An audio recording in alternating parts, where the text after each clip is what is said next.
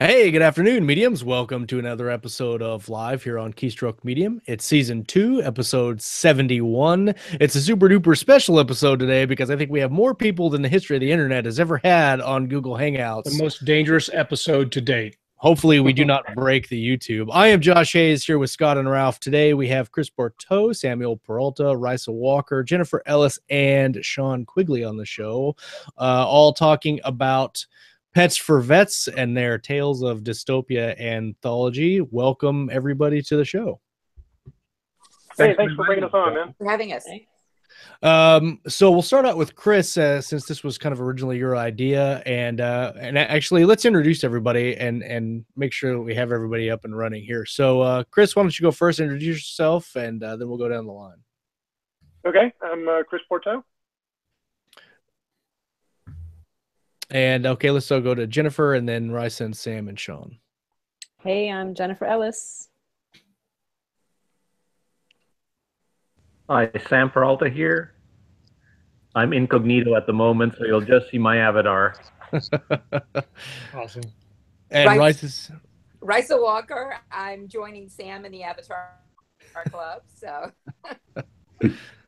Awesome. And I'm Sean Quigley with Pets for Vets. awesome. Well, welcome everybody, and I'm glad everybody could make it today. It's I think it's going to be a fun show, and I don't know that we've ever had this many on, so we'll try to make it as smooth as possible. So, Chris, we had the pleasure of meeting you in person. Sean, Sam, you've actually been on the show before, so welcome back. And Chris, can you tell us a little bit about the Tails of Dystopia anthology and kind of where that came from? Sure. So about 3 years ago, I wrote a story called Unconditional, which was sort of a Walking Dead type story, but from the perspective of the family dog. What would the family dog's experience be like in the zombie apocalypse? And readers really seemed to respond to that, particularly the dogs. It was all from the dog's perspective, so particularly the dog's experience in an apocalypse dealing with zombies. And it sort of became kind of a popular story, at least as far as my stories go, on Amazon. And so then I thought, well, why don't we do a whole collection of stories with different animals in different apocalyptic scenarios? And got a group of writers together that includes Jennifer Ellis, that's on this program and in this anthology, for the original Tales of the Apocalypse, which was published almost exactly 2 years ago. And we wanted to benefit a pet-related organization. So we chose Pets for Vets, which I'll let Sean talk about that in a little bit. But Pets for Vets pairs shelter animals after they've been trained with returning veterans for emotional support. We thought it was great. That really went with the theme for Tales of the Apocalypse, which is about human-animal interaction in difficult circumstances. And Tales of the Apocalypse was pretty popular too. Again, I think the animal experiences resonated with folks. And so a little over a year ago, I was talking with Samuel Peralta about doing a second volume, and we would generalize it to a dystopian theme. And he was really interested in bringing that into his Chronicle Worlds series. Samuel Peralta about doing a volume, and we would generalize. So I'll let Sam speak a little bit to the Chronicle Worlds. He was really interested in bringing that into his Chronicle Worlds series. Uh-oh. I had to mute Sam there just because I think he's watching it on the YouTube feed and it's coming through his sound. I thought maybe we'd hit a time loop, so I'm glad you figured that out. Sam, if you're watching it on the YouTube feed, you might have to mute that and then unmute yourself so we don't have a double looping coming through. But while we wait for Sam to do that, Sean, do you want to talk about the Pet for Vets and kind of tell us what you guys do? Sure. So thanks for having me on the show first. And Pets for Vets, yes, we're a national 501c3. And what we do is we take animals from shelters and we train them and put them together with veterans who have requested a companion animal. So we have about 35 or 40 chapters around the country right now. And if you want to go to our website, it's www.petsforvets.com. There's a lot of information out there. You can see matches that we've done. You can see stories from some of our veterans. You can find, if you have a chapter that's located near you, If that's the case, then you may be able to submit an application to volunteer if you like. You can also donate to the organization. And of course, if you're a veteran and you think you could benefit from a companion animal and you're in one of our chapter areas, please go ahead and apply. We'd love to work with you. That's very neat. So how did that the organization, how did you guys figure out that that was a need? So yeah, our founder is a young lady named Clarissa Black, and she's one of these folks that is just absolutely fantastic working with animals. She has an education in working with animals. She's done things like train dolphins and all kinds of other animals, and she had a friend who was a veteran and was dealing with some issues in terms of PTSD, a little bit of depression, some isolation, things that a lot of veterans unfortunately suffer from. He had a tendency to gravitate towards her dog a little bit. And she thought, well, let's see if we can find you one. And she went to some shelters and using her knowledge of dogs and the type of dog that she should be looking for that particular veteran, a dog that was calm, a dog that was very people-centered. She found him a dog, trained the dog for a while, and then put the dog together with her veteran friend. And it seemed to work very well for him. It's something that, as studies have shown, it helps reduce his depression a little bit, reduce his anxiety a little bit, helped him sleep a little bit better. And so it was kind of a light bulb moment where she thought, hey, maybe this is something that we can try and replicate. And that's how this kind of dual mission came about, where, what we're really trying to do is simply improve the quality of life for our veterans. And at the same time, we get the chance to save a dog's life as well. So that was kind of the light bulb moment that created the whole program. And thankfully, she's helped spread that to various areas of the country. And hopefully we'll continue to grow with wonderful partnerings like we have with you as well. So, well, as a vet, hey, Josh, one thing I wanted to say, as Sean was talking, was that specifically the donation we're going to make to Pets for Vets from Tails of Dystopia is going to the Florida chapter. There are lots of organizations down there dealing with hurricane fallout, so to speak. Right. And so we want to make sure that chapter is taken care of. So that's what we're targeting. Good call. I was going to say that's very cool. The whole project is very cool. And as a vet myself, I think that's a very awesome thing that you're doing. Any organization that's dedicated to helping vets, I think, is a worthwhile cause. Sam, did you get your sound figured out? Can we talk about the Chronicle Worlds? Sure, we can. Awesome. So you've been running Chronicle Worlds for a while, and you've done some phenomenal anthologies. And Chris, I've actually read the book the short story that you were talking about when it originally came out. But can you talk about the Chronicles and how the Future Chronicles has grown and why you decided to take on this anthology? Well, the Future Chronicles is a series that I've been doing now for the last 2.5, 3 years. And there's about 23 volumes. All of them are themed anthologies. Built around different themes. So there's the Robot Chronicles, the AI Chronicles, the Dragon Chronicles, and so on and so forth. And it's been incredibly successful now. And Chris's story, Unconditional, was actually going to be submitted to the Z Chronicles, which was an anthology about zombies.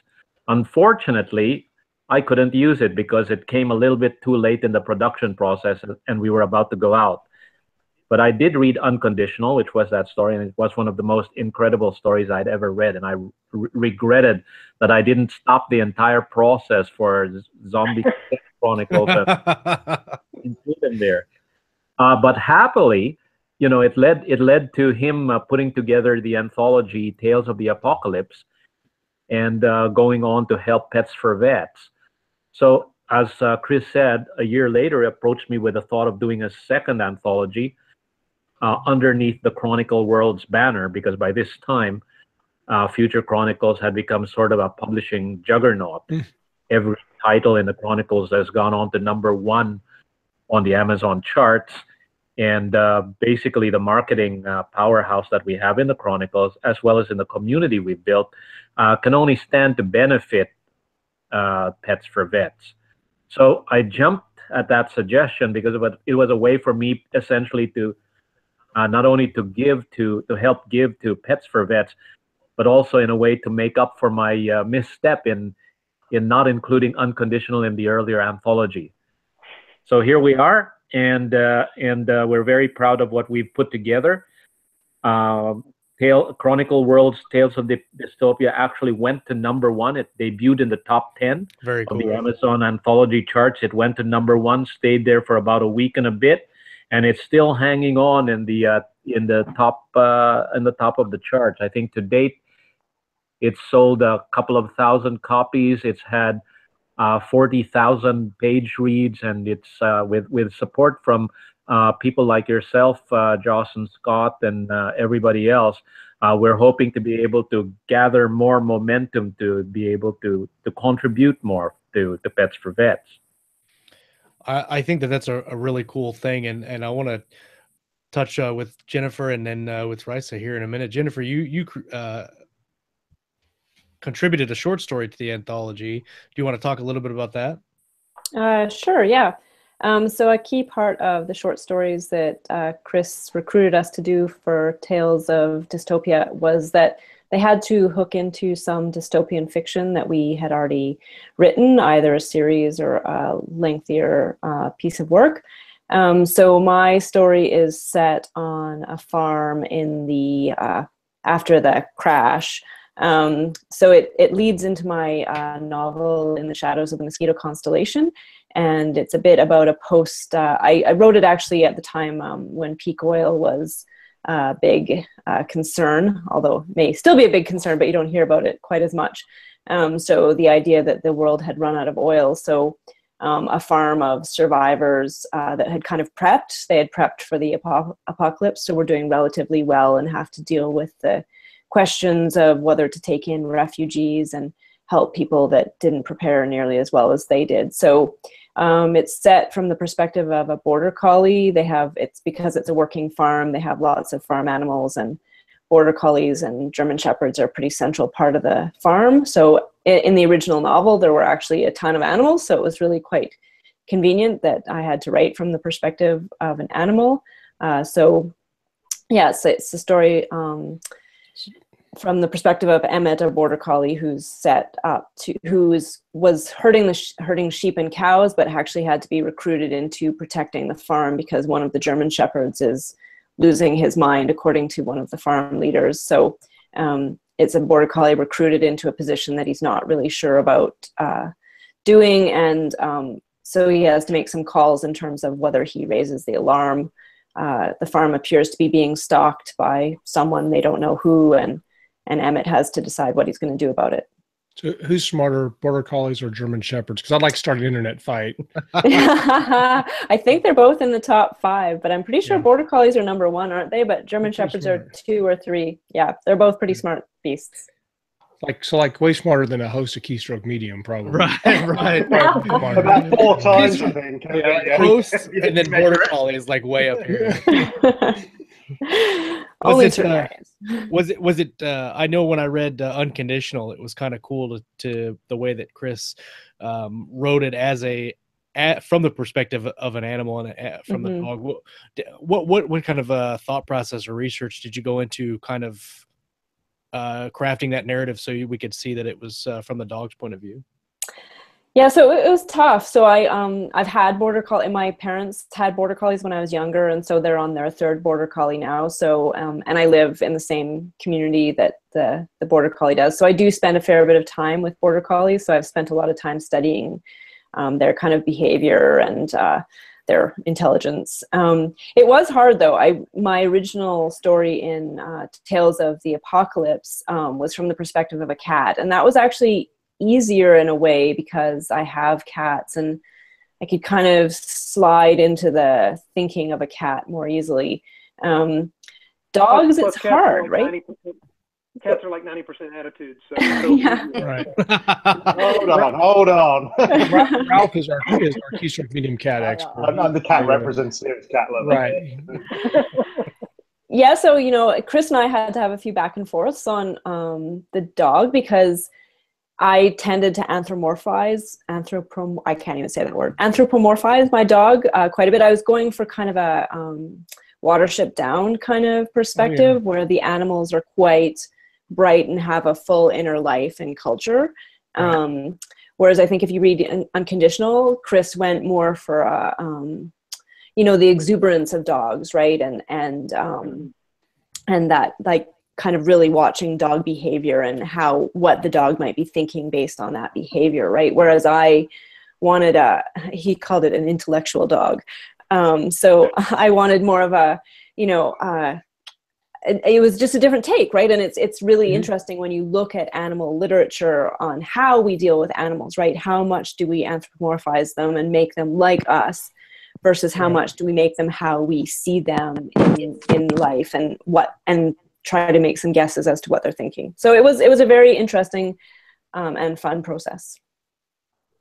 I always like to read stories where authors have write from a narrative that it's impossible for anyone to accurately depict just because of we're not dogs and we're not cats. And I don't know if you've ever read any of Jim Butcher's work, but he has a series, the Cinder Spires, and he has a race of basically intelligent cats. And the way that these cats interact with the people and the way that their thought process work is just like, I'm not a cat person at all, but I loved cats when I read this book. There you go. So it's really a tough balance to strike when you're writing those characters. Is the reader has to be able to relate to the character, and so you have to anthropomorphize them a little bit.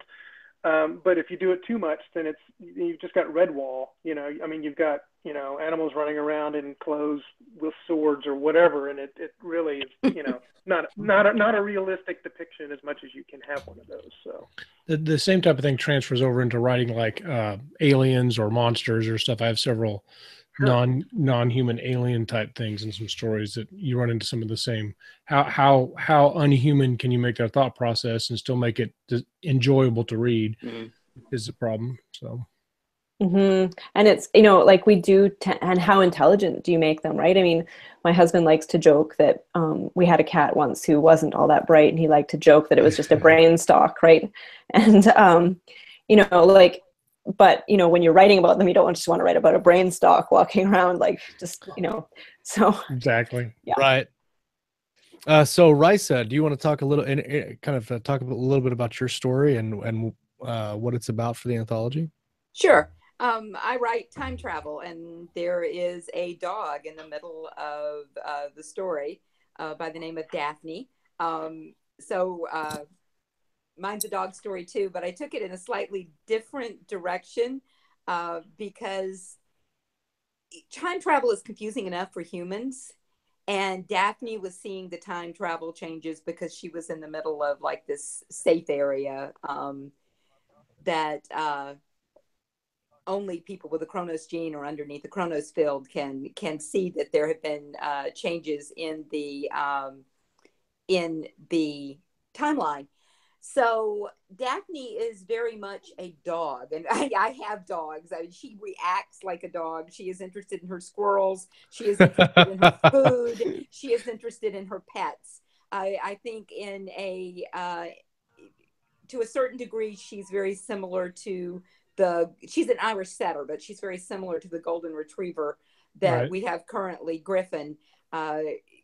He lives for his belly. He lives for his meal times.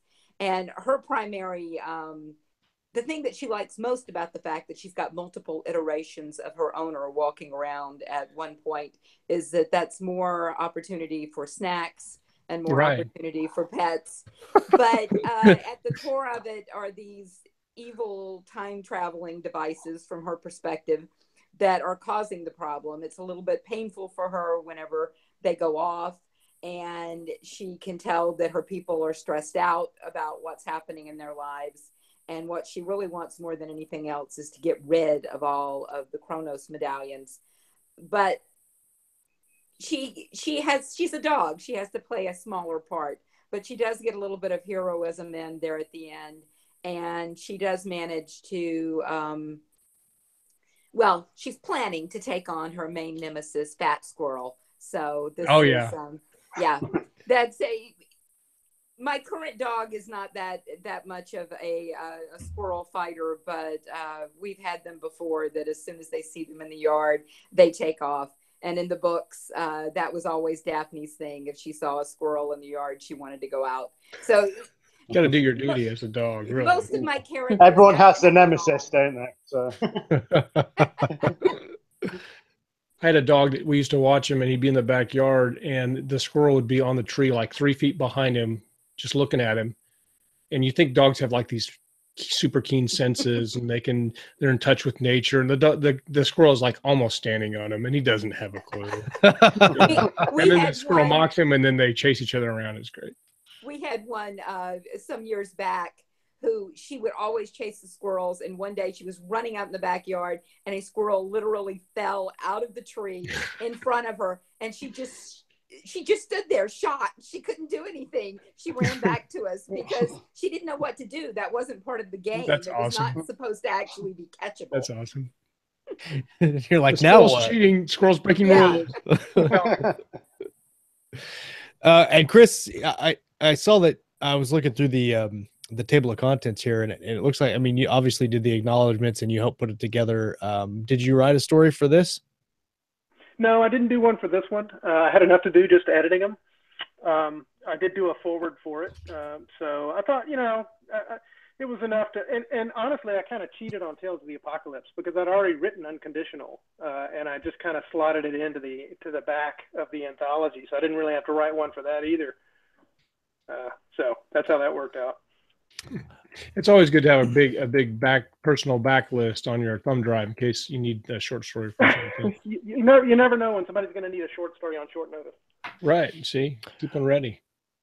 And Sam, do you see this going forward with future anthologies like this? I know that for a while there was a kind of some question as to whether the Future Chronicles was going to continue as in the form that it was. Do you see the Futures Chronicles continuing to do anthologies like Tails of Dystopia or Tails of the Apocalypse? We do actually. We were off for a while because I was off on another project, the Dominion Rising project. Right. And, took a lot of focus off of the Future Chronicles. I had to basically put it on the shelf for a little while.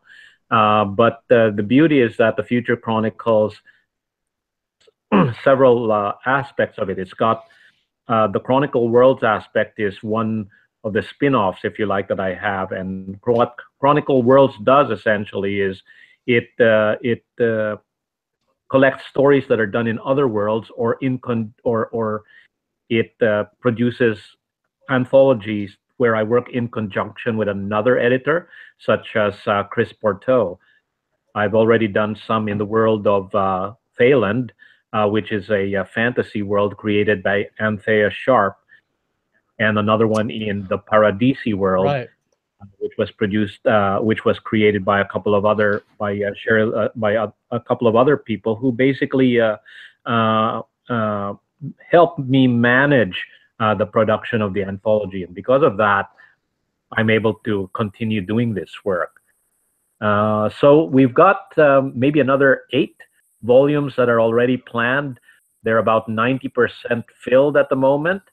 And I've also joined forces with 3 other anthologists, Daniel Arthur Smith, Patrice Fitzgerald, and P.K. Tyler, who basically produced other anthologies that I considered were of really, really good quality.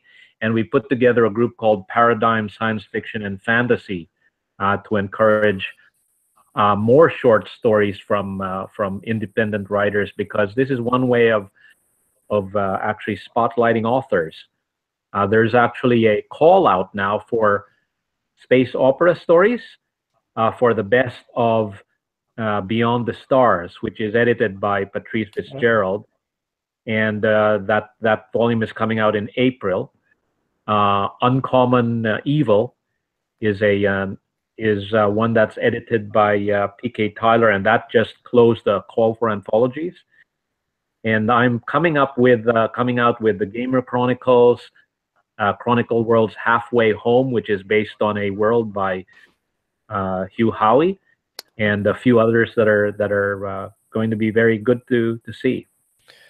So very busy here in the next year, which is very good. I really like to see that, especially for your product, Sam, and the way that you're, like you said, are able to spotlight authors and some people that may not have audiences find a way to get readers in front of their works. I really like what you're doing with it. It's quite incredible. There was the first charity volume that the Chronicles did was something called the Immortality Chronicles. And it was the first Chronicles where I didn't have a marquee author. Most of my Chronicles mix authors who have already hit the New York Times or won a Hugo Award or something like that. So they've got a public recognition, and I mix their names in with people who are up and coming. But the Immortality Chronicles was one where everybody essentially was a beginner, if you like. And the only thing was that the opportunity was there because we provided a charity volume, in that case, for First Book, which was a charity that provides books to underprivileged youth. And it's great to see how several of the authors in that volume have gone on to become Amazon best-selling authors, USA Today best-selling authors, and in their own right. It's just incredible. I had a quick question. If you're ready for that, Josh, I saw you about ready to say something. I interrupted. Go for it. All right, cool.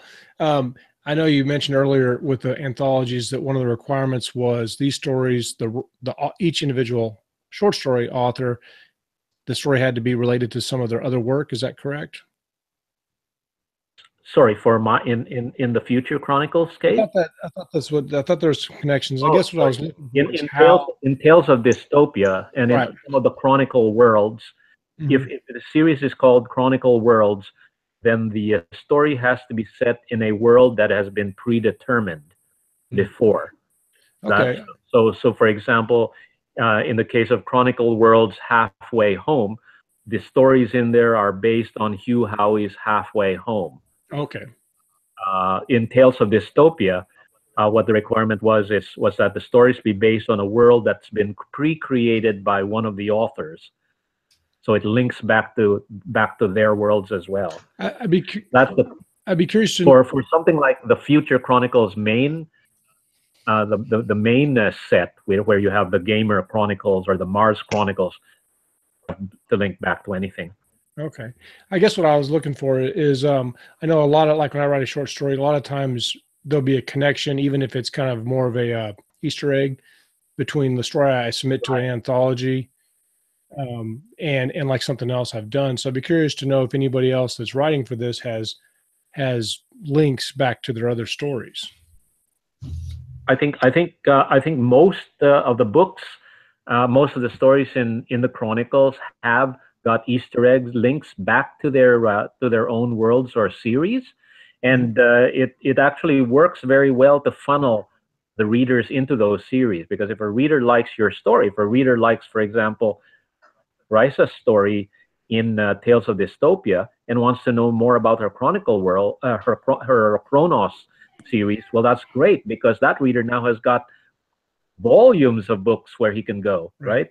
It's not so good if the person, if they love that book, if they love that story and they find out there's nothing else in that world. What do? Well, that author has lost the opportunity to convert one of the Chronicle anthology readers into their own fans. So it's not necessary, but it's always nice to be able to have something more for readers if they turn into fans. All of the stories that I've submitted for the various anthologies I've been in and have been set in my Chronos Files world. And that's partly because I'm writing in another world right now. And I have readers that are like, I want more time travel. And it's one way that I can give them another story set within the Kronos world. And in this anthology and the recent Oceans anthology that I was in with Daniel Arthur Smith, those two stories are somewhat linked. And they also kind of give Easter eggs about what I'm planning to do next in the Kronos world once I'm finished with the Delphi trilogy that I'm writing currently that's not time travel. So it's having them linked together is very useful. Yeah. It works the other way Hey, around. one thing. Go ahead, Sam. Sorry. Yeah, it works the other way around too, because what it means is that fans of Risa's Kronos files will read Tales of Dystopia because they're there for her story, but as they read through the anthology, they may learn something more about, say, Jennifer's story and want to read more of her work. She doesn't necessarily have to have a series, but they may like her writing style and say, is there anything else by Jennifer here? Can I find something else? So the Chronicles acts as a sort of networking mechanism for indie authors and traditional authors to be able to find links to new readers and hopefully fans. Yeah, and one thing I wanted to add to that, and the strategy is purely Machiavellian on my part. In the original Tales of the Apocalypse, there were 14 stories. Exactly 7 of the authors set their stories. It was sort of an afterthought on my part. Set their stories in pre-existing worlds, and the reason I thought of that, and then the reason I wanted to do it for Tales of Dystopia, is that in this case, in Tales of Dystopia, there are 13 stories and 13 established worlds with 13 established readerships already, not just with the author, but with the fans of that particular world times 13. And when you're benefiting a charity, the more feelers you can put out there, the more ready and receptive readers you have right out of the gate, is better for the charity as well. So it's not just introducing readers to new worlds, although that's certainly the benefit they get out of it, but the benefit we get out of it as the anthologists and the writers is to have 13 pre-existing reader bases out there that are looking for stories in those worlds already. So it works out. I had two. Go ahead, Ralph. Oh, sorry. Yeah, I was just going to say I've got both a comment and a question. The first, my comment is that I think it's a wonderful thing where we're seeing the power of the indie writing community drawing together and benefiting good causes. It's something that's we start to see more and more of, and I think that's a wonderful thing, and I think it's showing that the indie community is maturing. So that's my comment. My question is, I suppose, directed towards Chris and Sean. Were there any special opportunities or challenges you faced when you were putting together this project? For me, I had already sort of done the template with Tales of the Apocalypse, so I kind of knew what I needed to do, and so it was pretty easy for me. And working with Samuel, see, the thing that I was missing in the first one, although we had it, it was not nearly as good as what we've had on Tales of Dystopia. It was the marketing side, which Sam has perfected through his Future Chronicles endeavor. So having Samuel sort of take it over after I had done the editing and put it together was perfect as far as I was concerned. So speaking to the logistics of the project and process itself, I didn't find it difficult at all, and the writers were all excellent to work with and great. So.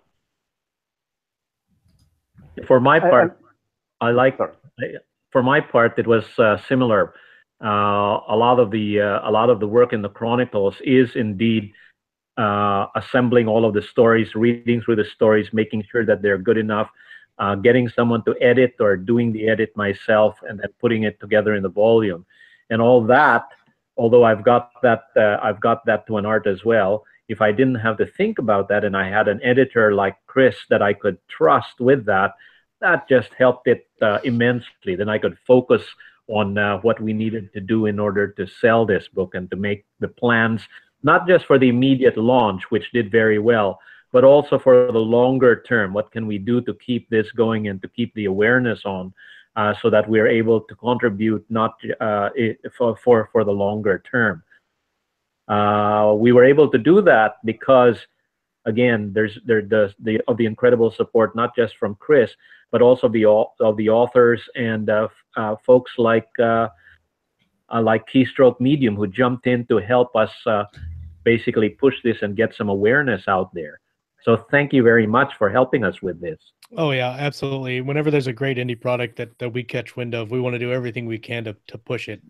Definitely, because I don't every little bit in the community, it's great because they jump on ways to help others, and I think that's kind of what I love the most about this indie community, is that their willingness to step forward and say, hell yeah, we'll help, and what do you need us to do, and just to give of their time freely and without any expectations in return, and absolutely we'd love to be a part of that process. The two questions that I had are for the first one's for Jennifer, is in relation to your short story where you say it's linked to your other ones. Do you call back? Do you have Easter eggs in your short story that tie to your novels, and or in your future novels? Do you have plans to tie back to this story as kind of Easter eggs? If they've read both, they can say, "Oh, that happened in the short story, that happened in the novel." Yeah, so I only have the one novel, In the Shadows of the Mosquito Constellation. So the short story basically leads into the opening scene of my novel. So I don't know if it's an Easter egg per se, but it's kind of the opening scene of my novel opens with a major forest fire and then an attack by some raiders. And so the short story basically is the days preceding that fire and that attack, and kind of gives some of the backstory to how it happened, and through the dog's perspective, which is a bit different. So I don't know. I have had requests for a sequel to the novel from fans, but I'm currently writing a time travel series for a young adult time travel series. So I'm on book 5 of that series, so it's the final book, and I have to finish that before I turn my attention to a sequel to In the Shadows of the Mosquito Constellation. But I've definitely had requests for one, so I might do it. And I think I probably would try to weave, because Emmett is not a character that, like, there's reference to all the border collies on the farm in the novel, and there's reference to Mitch, who's one of the main border collies and the father of Emmett. But Emmett doesn't necessarily appear in the novel, so I might try to, in a sequel, would weave him in a more substantial way. So yeah, I don't know if that is Easter eggs so much as they are definitely linked. Right. Yeah. No, I really like that. I love the idea of linking different things. And so that was my second question. When Raisa mentioned that her 2 short stories were linked, can you kind of go in a little bit deeper? How were they linked together? Yeah. Well, the 2 short stories are linked primarily because they're linked by a garden. Let me put it that way. In the ocean story, one of the characters finds a Chronos medallion, which is the device that allows them to time travel. You've got to have the Chronos gene in order to use it, but she finds it in buried deep in a garden. And let's just say that the Tails of Dystopia explains exactly how that might have gotten buried deep in a garden. And since we have a dog, I think you guys can probably guess where that part's going. I tried to link all of my Chronos short stories in some fashion. And for example, the one space opera that I've written is 2092, that's in one of Sam mentioned Patrice Fitzgerald's anthologies, Dark Beyond the Stars. And in the books, there's an event that happens in 2092. My stuff is set firmly here on Earth, but it gave me an opportunity to write some space opera and still connect it to my world by having an event in the future that was in some way connected to space and time travel. So I love when I read books that have worlds that are, I guess, very rich worlds that show up. Stephen King's a good example. His Dark Tower stuff is just embedded in pretty much everything he writes. Right. And I love those connections as a reader. And so I try to put them in as a writer as well. Yeah, I think more authors are kind of seeing what now that I mean, King's always been kind of a mainstream guy where everybody's like, oh yeah, I know who Stephen King is. But I think as more writers, more indie writers come into the scene and they see what King did, and now they're like, oh, I want to do that too, and kind of connect all their things. I really Right. like that. I like, especially when they don't point it out and say this is linked to that, and then you're reading it and you're Yeah. like, wait a minute, that was linked over there. Good time. So one of the questions was, Ralph, we talked about this a little bit before we started talking specifically about running charities with anthologies and some of the challenges in kind of combining the two. And Ralph, I don't know if you want to touch on your experience, and then I think you see where I'm going with that. Yeah, basically my experience was that I got given a big negative from Amazon about having attaching a charity drive to one of my books. So how did you overcome that?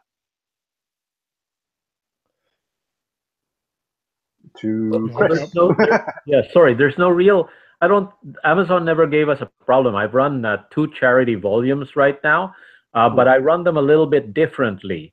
In the volume that what we have, we actually have in a lot of charity volumes, what they'll do is they'll find authors contributing their stories for free to the volume, and then the volume goes out, and all of the monies are essentially then sent to the charity.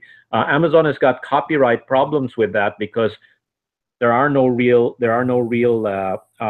rights statements, or it's not very clear who owns the copyrights to the stories, and so on and so forth. So how we run our charity anthologies is we run them like a regular anthology, exactly like a regular anthology. So I've got contracts for all of the authors. The authors have signed off certain rights that the anthology has to collect the story in the anthology. The authors are paid for those rights, and then they're listed on Amazon with a price. And we emphasize that we are selling the book based on the quality of the stories within, rather than saying that it's a charity anthology. And because of that, whenever Amazon has got a question on, okay, have you got the right to publish this or not? Well, I've got 13, 14 different contracts that I can show them and say, yes, we do. This is perfectly legit. We have the right to publish in the anthology. And then once they're okay with that, then it's perfectly fine for Future Chronicles to collect royalties and then disperse it to the charity. In our case, we also guarantee, the Future Chronicles guarantees a certain dollar amount that will go to the charity. So even if this book does not make back the money that we put into it, in terms of author's fees, marketing, covers, editing, and so on and so forth, the charity is guaranteed to get something out of it. This will not be a wash. So from all points of view, this works out very well, I think. Interesting. I know a lot of people would like to do things like this, but it's kind of daunting for somebody like me who doesn't know anything about setting up a charity drive. There's lots of little things you wouldn't think of on like how to set up those types of things, how to get it paid to the proper charity, make sure it goes to something useful. So that's informative. Well, essentially, what happens is you've got the company that's doing the publishing that essentially does the official donation. That's if you like, the best, most straightforward way to do it. Or if you like other anthologies that I've seen that work, you've got to embody it into the one person, the Chris Porto who organizes the Tails of the Apocalypse. And it's got to be embodied in that one person to actually make that donation. There's a lot of trust involved, but I find that if you've got contracts everywhere, it makes everybody happy. As they say, good fences make good neighbors, right? There you go. You and Robert Frost. Yeah. So, Sean, I'm wondering on the Pets for Vets side of all this, how has it been working? Have you done charity drives like this where you're connected to an anthology book? I mean, you're 501c3, so you're non-for-profit. So I assume that you've done several different fundraising type events, but how has it been working with this kind of a project? Well, it's been quite interesting, actually. I was kind of brought in a little bit, kind of as I hate to say it, but almost as an afterthought. Our founder Clarissa, she is extremely busy with working with all of our chapters around the country. She's frequently on the road. And she's frequently working with our chapter directors and the trainers at our chapters to try and make sure that they're on track and that everything is going well there. So she's frequently out of the loop with regards to being available to do different types of interviews. So I work as the veterans liaison for the national group. So I work a lot with the different chapters as well. But I've also done a series of interviews for other types of charities. Or charity drives, I guess I should say. And most of those are actually events. They're not usually something like this, like a book anthology, something along those lines. So to be involved with something like this, I think personally, just from my perspective, I can give you that. I think it's fantastic for Pets for Vets because these authors are so successful. The anthology has proven to be so successful that it really, again, just from my perspective, it has Pets for Vets name out there quite a bit. And I think that can only be a good thing. That's helpful for our veterans because they see our name, and maybe that might be the key for them to go ahead and submit an application to us, and maybe down the road at some point they get a match from us. Maybe it kind of makes somebody think about, maybe that's an organization I should look into. I've been thinking about volunteering to help veterans, help dogs. So all of those things I think are very helpful for us because it's kind of almost like rolling publicity for us. Again, with these authors that are so successful and with a series that's so successful, with our name out there, it can only be a good thing. So I'm very grateful. I'm very thankful. And on behalf of Pets for Vets, again, I just like to say, a huge, we're very appreciative of this opportunity, and thank you to everybody who's involved and who's put so much work into this. So thank you. Excellent. And Sam or Kristen, I don't know if either of you touched it before, but what was it about Pets for Vets that kind of grabbed your attention originally and said, yeah, we want to do a charity thing for them? Well, I can speak to that because David Bruns, who is in Tails of the Apocalypse and is again in Tails of Dystopia, he's the one that brought it to my attention when we were casting around for who to benefit with Tails of the Apocalypse. I originally had thought of, some of the bigger organizations like Humane Society of the United States. But they are notoriously difficult to get on the phone, and understandably so, right?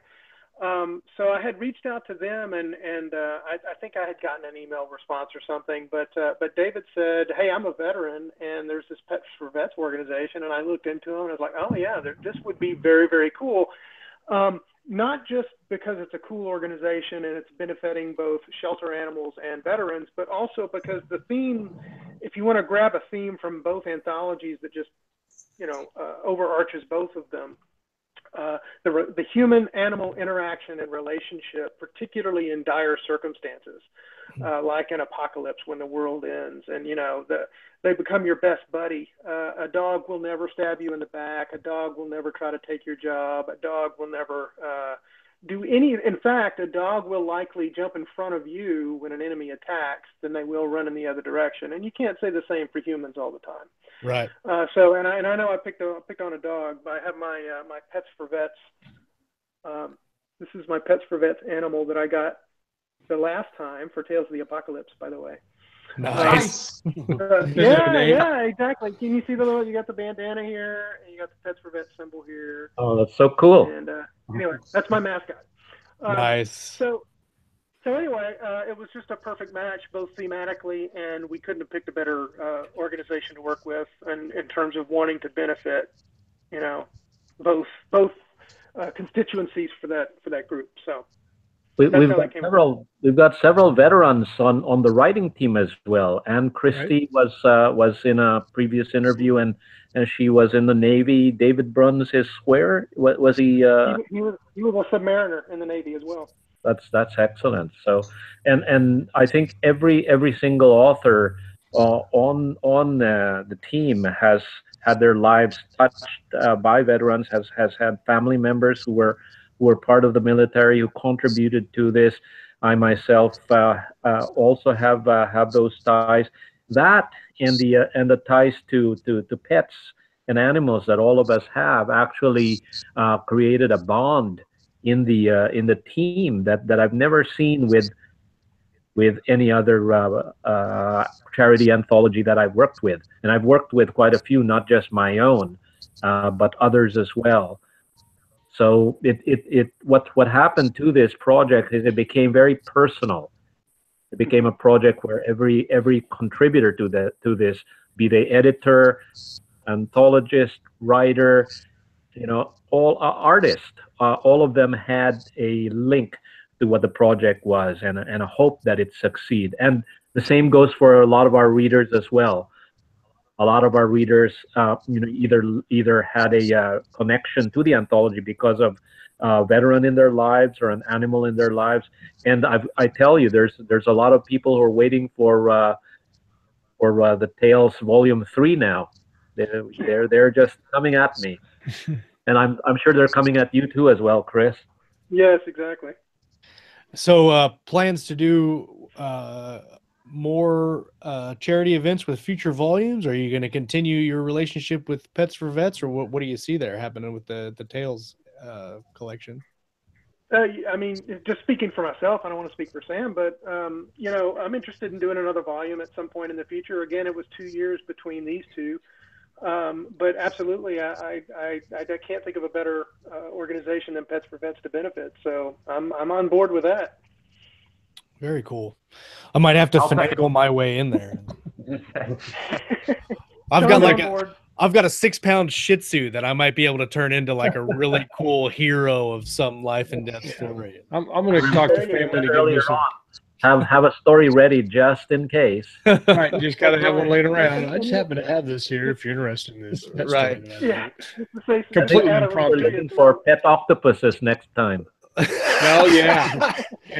John L. Monk is watching. John L. Monk is watching in the comments, and he said goldfish don't do anything heroic, so maybe we need to have a heroic. Really that'll be a unusual. challenge in a He is not read Dr. Seuss. There's only so many cat and dog stories you can do. That's right. That's right. John has clearly not read Dr. Seuss, because I do remember that there's a driving character that's a goldfish. Oh, that's true. Dr. Seuss. So I'm very literary and well read. That's as high as I rise, basically, in my reading level. But so goldfish for everyone. We are coming. I was just going to say one more thing, Josh. Just to add a final dimension to this that I wanted to say. We wouldn't be able to write our stories or publish our stories without the veterans protecting our freedoms to be able to do that. Yeah. And so this is just one more way to say thank you for that. Thank you very much. Very cool. Yes, and thank you. I appreciate it, as well as I can speak for other vets that I know that they appreciate it as well. And I think that anything that we can do to support them and show our appreciation is a worthwhile endeavor. So any last thoughts, anyone, on the project or the stories or anything at all before we kind of wrap it up here? I have one quick thing, but I'd like to say that, I mean, I have seen in my day job, basically, the value of pets bring to veterans and stuff, because I encounter lots of people where I work, I'm out and about, and I've seen that emotional connection between people and their dogs usually, but lots of pets, and it is extremely valuable. And so I think you guys are doing good work. I think you hit the nail on the head with this charity, and I hope you keep doing it. It's really important. Absolutely.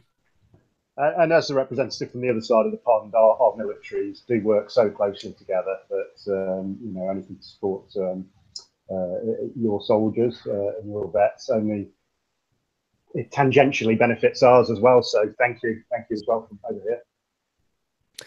So I'd say if for most of our listeners, you'd probably have already bought a copy of this. If you already have, thank you very much. If you haven't, go out and get a copy. If you already have, you can also gift a copy to your friends, and that helps a lot as well. So all you have to do is go to Amazon, Google Tales of Dystopia, and remember that's Tails of Dystopia to get the right book. And I linked it in the And, live chat just now, and it'll be in the show notes, obviously. Awesome, Josh. I just wanted to mention, at least at the moment, and I'm not sure for how much longer, it's up to Sam, but at least at the moment, it's only 99 cents. You get 13 awesome stories that are benefiting Pets for Vets. So, Yep. Well, I just bought mine on the one click, so there's one. dude, you're gonna bump our algorithm. Thank you. Just Sorry on a to note, the bestseller. quite, if I may, quite often people put the books on for cheaper to sort of give it a little bit of a bump. But I personally would rather give it a little bit more. If it goes up, will the same percentage go to the charity, or when it goes up, I should say? Am I making sense? Yeah, I'll let Sam speak to that. He's specifically earmarked a certain amount. So whether or not he makes the money back on the cost, we're going to give a certain amount to Pets for Vets. But I'll let him speak to that. That's right. So when we talked about this with Chris, we talked about the difficulty of getting people excited about the charity anthology and getting the contribution. And what we said is that, and I'm going to gloss over the issues that other charity volumes have had in the past. But what we said is for this not to have those problems, the Future Chronicles is going to guarantee an amount that is going to take at least one pet and match it with one vet. We are going to make a difference in someone's life. We're going to guarantee that whether this book makes money or not.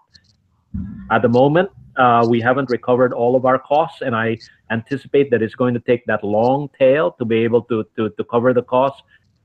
But we will cover that. I personally guarantee that, and I'll work with Chris and with Pets for Vets to actually to make that happen in the within the next month anyway, for sure. With my other charity volume, it took a while to recover all the costs, but in total, we were able to donate $3,000 to date from my last charity volume, which is a heck of a lot more than other charity volumes have generated. And I know that because I've been involved in a lot of them. So that's how we're treating it this time. Pets for Vets is assured of a certain donation. Very awesome. Very awesome. Well, I know that we're going to have a hard stop here for a couple people that they got to get back to what they're doing. One last question I had was if we've already bought the anthology and you're looking to donate more, are you guys taking in money to donate through Tales of Dystopia on your own, or is there a way that we can go and donate to Pets to Vets directly? So if you want to do that, if you want to buy the book and donate directly, you can definitely do that. So just go to petsforvets.com, and there's a step-by-step procedure for you to do that. And a lot of our readers have actually gone on to do that. They said, we'll support you by buying the book, and we're also going to go and make our own personal donation. So that's been a great thing. Awesome.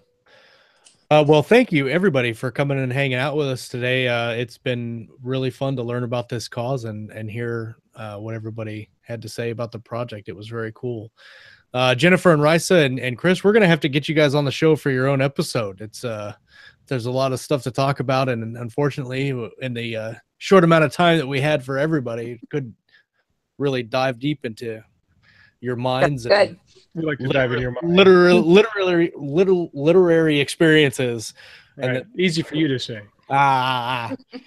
So everybody that's watching live, if you haven't gone and purchased a copy of Chronicle World's Tales of Dystopia, please go do that. Support this great cause. The links in the live chat will be in the show notes for the show afterward. Jennifer, Chris, Sam, Risa, Sean, thank you guys so much for coming and hanging out with us. It's been a blast. Thanks Thank for you. having Thank us. you Thanks for for having us. Thank you. Nice to meet you. Absolutely. For Ralph Kern and Scott Moon, I am Josh Hayes. We have been live with Pets for Vets and Tales of Dystopia. Thank you, everybody that watched live and hung out with us in the chat. If you're watching or listening on the feed later, thank you for your support. We really appreciate it. Make sure you come back next time. We're going to talk about some reading. We're going to talk about some writing and, of course, everything in between right here on Keystroke Medium. You guys have a fantastic Monday. Thank you.